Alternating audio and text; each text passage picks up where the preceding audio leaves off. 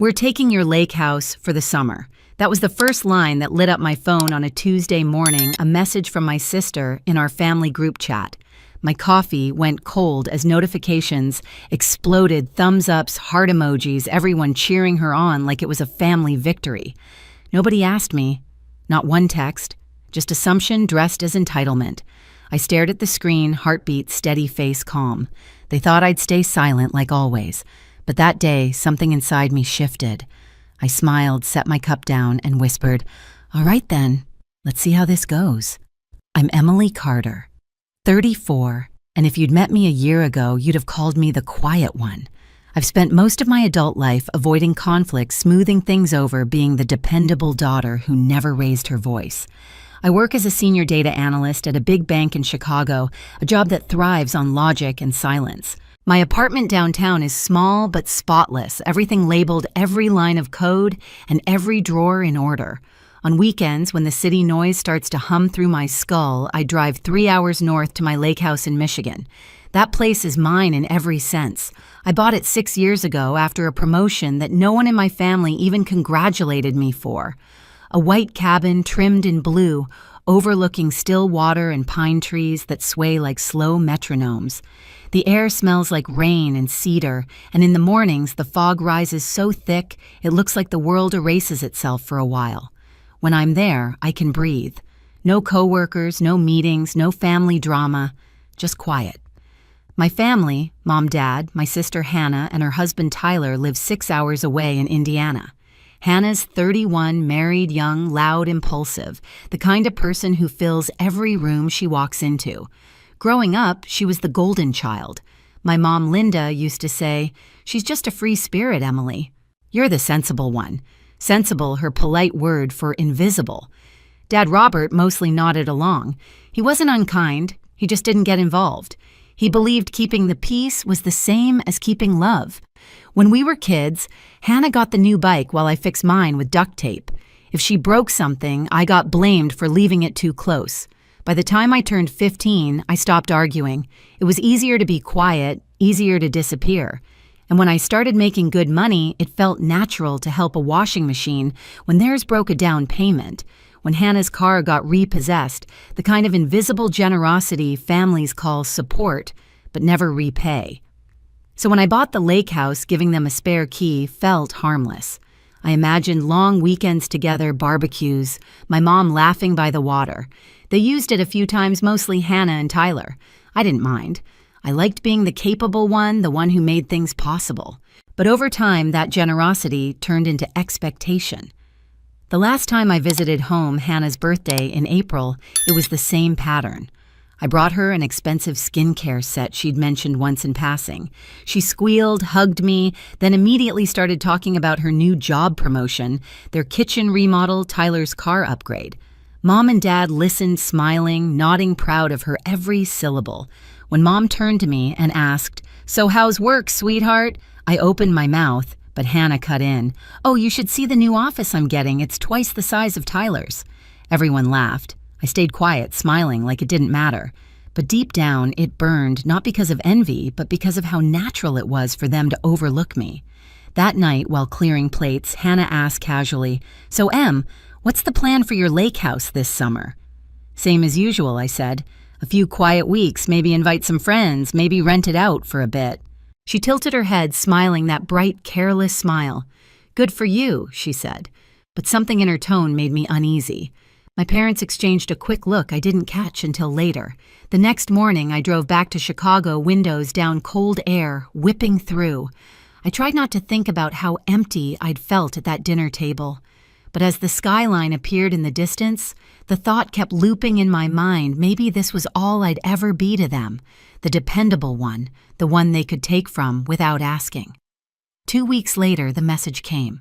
That single line in the family group chat detonated everything. The message came on a Thursday morning while I was at my desk halfway through a spreadsheet. "We're taking your lake house for the summer," Hannah wrote in our family group chat, ! Sunshine emoji. I froze, watching the screen light up like fireworks. Mom reacted first with a heart, then Dad with a thumbs up. Aunt Maggie, "Oh, how lovely." Uncle John can't wait to fish again, cousins chimed in with smiley faces and weekend plans. In less than 2 minutes, my entire family had scheduled their vacation at my house. No one asked if it was okay. No one even mentioned me. I typed, "Actually, I already have plans to stay there this June. Please check with me before making arrangements." The reply came fast. "Hannah, don't be selfish, Em. It's just family. Mom." Everyone ignore Emily's message. She'll come around. Then the avalanche texts about how family means sharing, how I've changed, how I should relax. I stared at the flood of messages until the words blurred. I wasn't angry, yet just numb. They'd always assume my silence meant agreement. Maybe it did once. But that morning, something inside me went still. Ryan called during lunch. "You okay?" he asked. I told him everything, the group chat, the entitlement, the casual cruelty. He listened the way he always does, without interrupting. "So what are you going to do?" For once, I said, "I think I'm going to let them find out who I really am."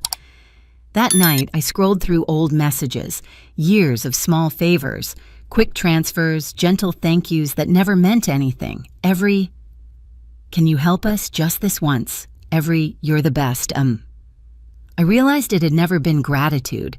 It was ownership disguised as love. By midnight, I was pacing my apartment lights off, phone glowing in my hand. Their latest text blinked at the top, "You're being ridiculous." The words pulsed like heat behind my eyes. I thought about the lake house, its porch lights, the smell of pine, the quiet mornings I'd built for myself, and I pictured them trampling through it like it was theirs. I didn't sleep. Around 2 a.m., I opened my laptop and started searching home security installation near me. I wasn't planning revenge out of rage. It was clarity, cold and calm.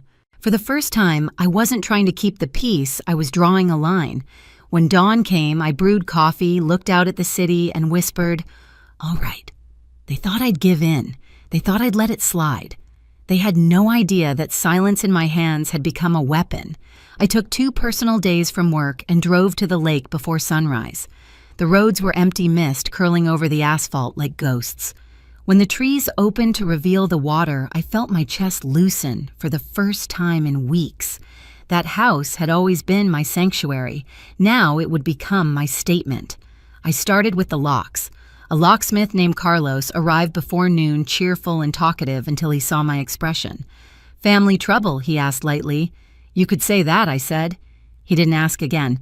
By the time he left, every door and window had new keys, mine alone. Next came the security system. 2 technicians from a local company installed motion cameras around the porch, driveway, and dock. I watched them move through the property like quiet soldiers, drilling, wiring, connecting. When they handed me the control app, I felt a strange surge power, clean and steady. That night, I sat on the porch steps with a notebook and listed every transfer, every favor I'd ever done. Washing machine, car insurance, medical bills. Every line was proof of how I'd been trained to serve. At the bottom of the page, I wrote one sentence, "It ends here." Before leaving, I walked through each room. The kitchen still smelled faintly of coffee and pine cleaner. In the living room, light spilled across the lake through wide glass doors. I imagined Hannah throwing open those doors like she owned them, my parents laughing, everyone congratulating themselves for another family getaway. The image burned, but not with pain. Clarity again, sharp and steady. I locked the door behind me and drove back to Chicago, the lake shrinking in the rearview mirror. That weekend, the group chat buzzed with new excitement. Playlists, grocery lists, sleeping arrangements. I said nothing. Sunday night, Ryan leaned against my kitchen counter, watching me scroll through the feed from the security cameras. "You're really doing this," he said. I already did. He smiled slow and proud. "Then let them learn." I nodded, closing the laptop. Outside, the city hummed oblivious. Inside, everything felt still. I didn't need to fight them anymore. I just needed to wait. By late May, the family group chat lit up again. Hannah wrote, "Tomorrow, we're all heading to Emily's lake house. Who's bringing what?" Within minutes, the replies flooded in. Aunt Maggie bringing wine, Dad packing fishing gear, Mom promising her famous potato salad. The emojis danced like confetti. I sat at my kitchen table, laptop open, coffee cooling beside me, watching it unfold. My pulse didn't even spike. I'd already checked the camera feeds twice that morning. System's green sensors, armed locks sealed. I knew what was coming. Ryan glanced up from the couch. "You ready?" I smiled, small but sure, more than ever. The next morning dawned bright and ordinary. I worked from home, answered a few emails, then propped my laptop where I could see the security feed beside my screen. Around noon, movement flashed in the top left window. A silver SUV rolled up the gravel driveway, dust trailing behind it. Hannah and Tyler stepped out first, sunglasses on beach bags slung over their shoulders. Behind them, my parents' sedan. Then a third car, Aunt Maggie and Uncle John. 4 vehicles, total laughter spilling out as doors slammed, voices calling across the yard. Hannah jogged up to the front door, jingling her keys like victory bells. "Got it," she shouted. I leaned closer to the camera feed. She tried the lock. It didn't turn. She frowned, tried again, twisting harder. Nothing. Tyler came over, tested his own key. Same result. I could almost hear the confusion through the screen, the quick, nervous chatter, the tone shifting from cheer to irritation. Then Hannah's voice, sharper now. Emily must have changed something. Dad appeared beside her, gray hair catching the sunlight. "Maybe she lost the old keys," he said, trying to smooth it over. But when he looked up and noticed the new camera above the door, his expression froze. I sipped my coffee. They all followed his gaze, Mom shielding her eyes, Aunt Maggie muttering something. Hannah stepped back, hands on her hips. "Is she seriously filming us?" A text buzzed on my phone. Mom calling, then Hannah, then Tyler. I let them ring. When the family group chat started lighting up again, I clicked it open. "Hannah, Emily, this isn't funny. Let us in." Mom, "How could you do this to your own family?" Dad, "We drove 6 hours." Aunt Maggie, "You're being ridiculous." I typed slowly, every word deliberate. "If you break that door, the alarm will go off.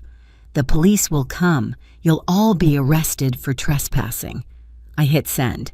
On screen, they all paused, pulling out their phones in near unison. I watched the message appear in their chat bubbles, the realization spreading across their faces like a slow infection. Confusion, shock, then fear. Hannah dropped her phone first, bending to grab it with trembling hands. Mom pressed her palm to her chest. Dad's jaw tightened. Aunt Maggie muttered something that made Tyler flinch. Ryan leaned over my shoulder. They got it. The front yard on the feed was chaos now. Gestures, accusations, the kind of angry body language families use when they've lost control. I imagined the sound, overlapping voices, excuses forming faster than logic. Then came the moment of silence, the one I'd been waiting for. Mom looked directly into the camera. I met her eyes through the pixelated lens. She mouthed something I couldn't hear, but I knew what it was. "How could you?" For once, I didn't feel guilt. I felt clean. After 15 minutes of arguing among themselves, they started retreating. Bags dropped in frustration, coolers shoved back into trunks, slamming doors. One by one, the cars backed out of the driveway, tires crunching over gravel until only dust and pine needles remained. I closed my laptop. Ryan exhaled beside me. That was beautiful. I smiled. No screaming, no fighting, just truth. The phone rang again that evening, Mom's number flashing. I let it buzz twice, then answered. Her voice came sharp, trembling. "How could you do this, Emily? To your own family? I warned you," I said. My tone was calm, measured. "It's my property. You don't get to claim it because you feel entitled to it. You're being cruel." "No," I said. "I'm being clear, and from now on, you can handle your own bills, too. I'm done funding this family's comfort." There was silence. Then a shaky, "You don't mean that." "I do. Every word." I hung up. That night, I opened my banking app and canceled the recurring transfers, my parents' allowance, Hannah's car insurance, Aunt Maggie's medical payments. One by one, gone. Each cancellation felt like unclipping a chain.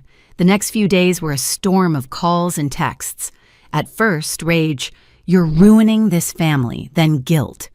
"We just wanted to spend time together." Then apologies. Maybe we overstepped.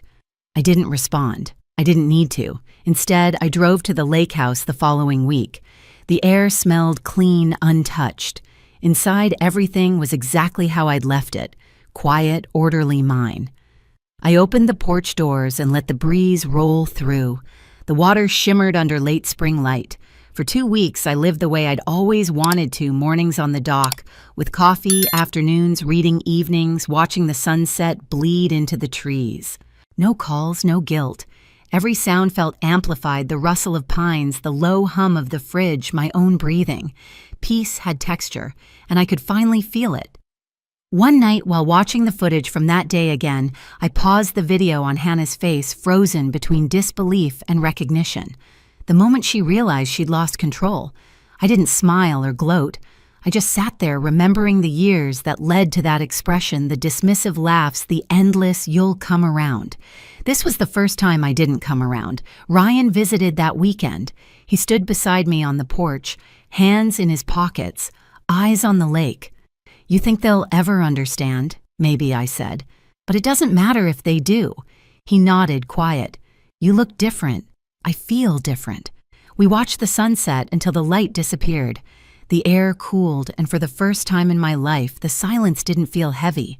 It felt earned. Summer slipped by quietly. My family didn't visit again. The calls slowed, then stopped altogether. I deleted the group chat one evening without ceremony, just a swipe of silence. At first it felt strange not to check for messages, but soon the quiet became comforting. Work went better than ever. My focus returned, my performance sharp. Karen, my boss, noticed. "You seem lighter," she said one morning. "Whatever you're doing, keep doing it." Ryan and I spent weekends at the lake, just us, coffee and slow mornings, no interruptions. Sometimes I'd catch myself glancing at the cameras, not out of fear, but as a reminder that I'd learned to protect my peace. A few months later, I got a text from Mom. "We'd like to talk, maybe start over." I thought about it for a while, then replied simply, "Not yet." For the first time, saying no didn't ache. It felt like truth. The people who had once drained me were no longer in control. My life wasn't loud, but it was mine, every quiet second of it. When I looked out over the lake that evening, the surface was still reflecting only the sky. And for once, that was enough. A year later, everything looked different. I'd been promoted to senior data analyst, and Ryan and I were planning our wedding. My family had learned to live without my money, and I'd learned to live without their approval. When Mom called for my birthday, her voice was softer, careful. We spoke politely, like distant neighbors, and it was enough. The lake house remains my sanctuary, locks changed, cameras still humming. Some people might call that paranoia. I call it peace. I've realized something: boundaries aren't cruelty. They're clarity. Love doesn't mean surrendering yourself to be used. It means protecting the part of you that no one else bothered to.